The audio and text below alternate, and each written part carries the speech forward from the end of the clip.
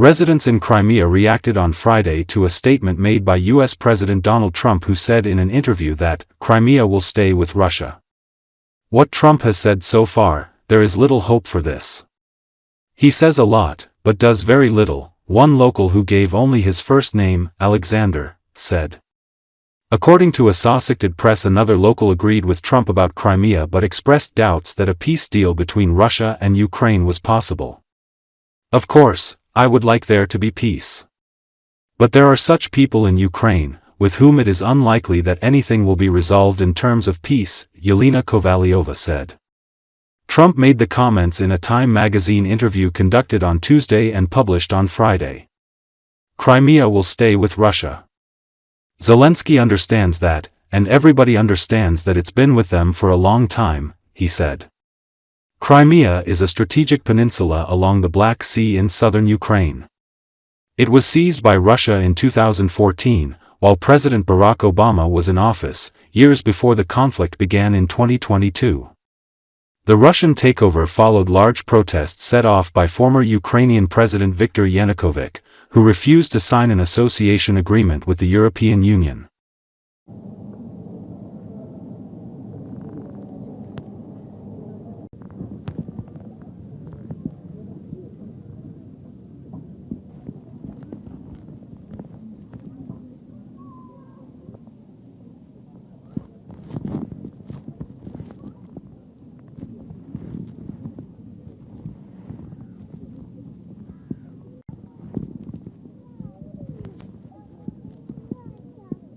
Когда его все признают, и будет легче нам общаться со всеми.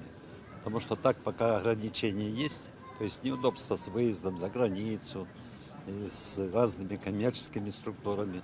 А Трамп пока заявил, это надежды мало на это все. Он много чего говорит, а делает очень мало.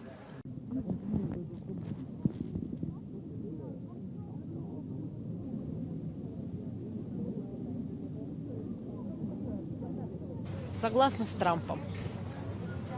Можно более развернуто? Ну что, Крым останется в составе России, естественно. Никто не сомневается в этом. Я так думаю. Я, по крайней мере, не сомневаюсь.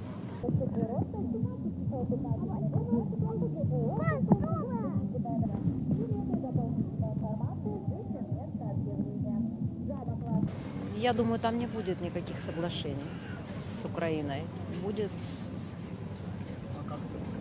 Как это будет, неизвестно никому. Если бы кто-то это знал, не могу ничего сказать по этому вопросу.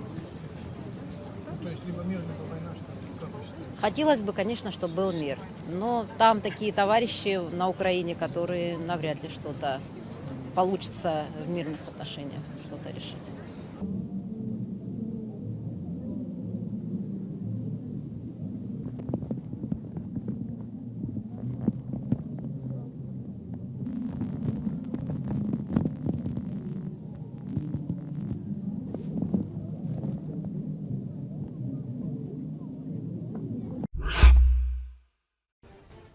The Crimean Bridge was, is, and will remain a target until it is destroyed. This was stated by the president of the All-Ukrainian Aviation Organization, Association of Private Pilots and Aircraft Owners, Gennady Kazan, on the air of the Novosti factory, commenting on the information about the ban on civilians driving on it in occupied Crimea until May the 10th. He noted that the Ukrainian armed forces had seriously damaged the air defense systems in occupied Crimea. According to him, this is why the enemy has to constantly move those that remain. They are constantly moving, and then they get tired, arrive at one place, stop, and something will fly there. It is necessary because the destruction of the air defense system in the temporarily occupied Crimea is preparation for something to fly there and destroy the targets that are necessary. Kazan said. He noted that the Crimean Bridge remains a target for destruction since it was built illegally and the occupiers are transporting military cargo along it. The Crimean Bridge was, is, and will remain a target until it is destroyed. It is an illegal structure that must be destroyed.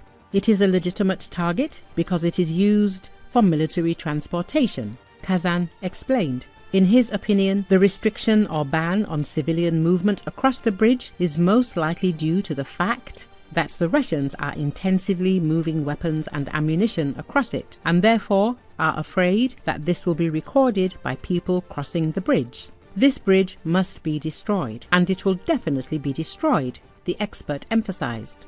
As media reported, Reserve Colonel of the Ukrainian Armed Forces pilot instructor Roman Svitan noted that the Crimean bridge will not affect the position of Russian dictator Vladimir Putin at all.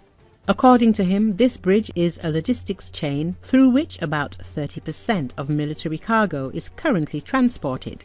They are used in the Kherson and Zaporizhia directions. Svitan noted that it is important for Ukraine to destroy the Crimean bridge as a logistics chain. He said that other logistics facilities of the enemy are currently in operation, for example, 2 bridges across the Mius and Kalmius rivers.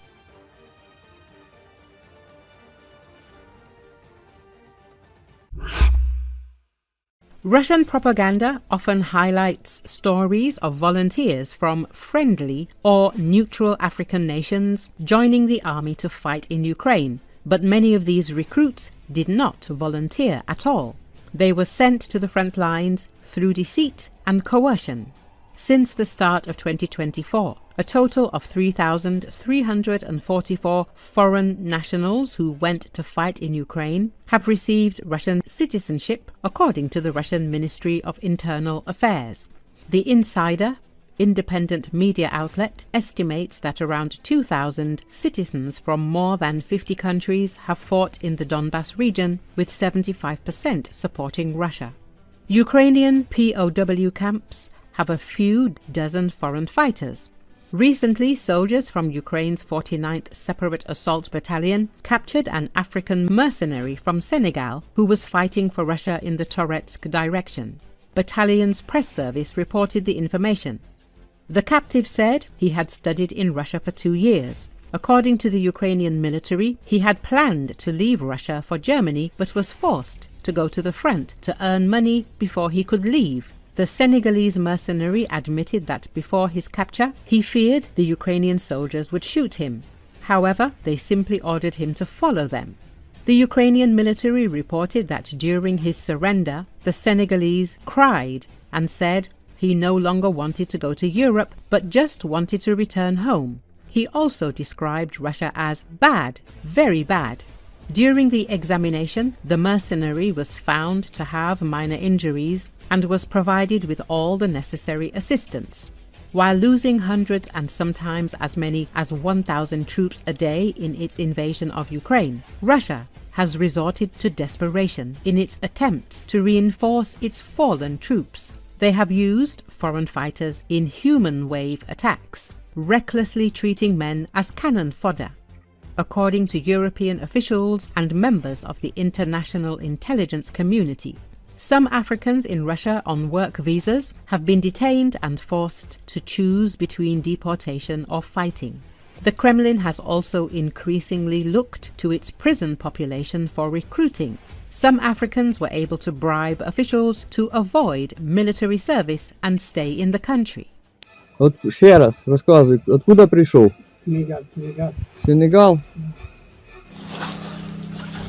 Плаче, сидить на сходах плаче.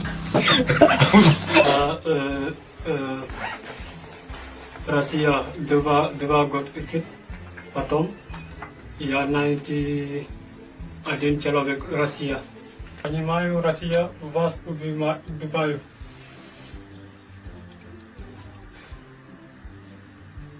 Сейчас я хочу только, я не хочу раба.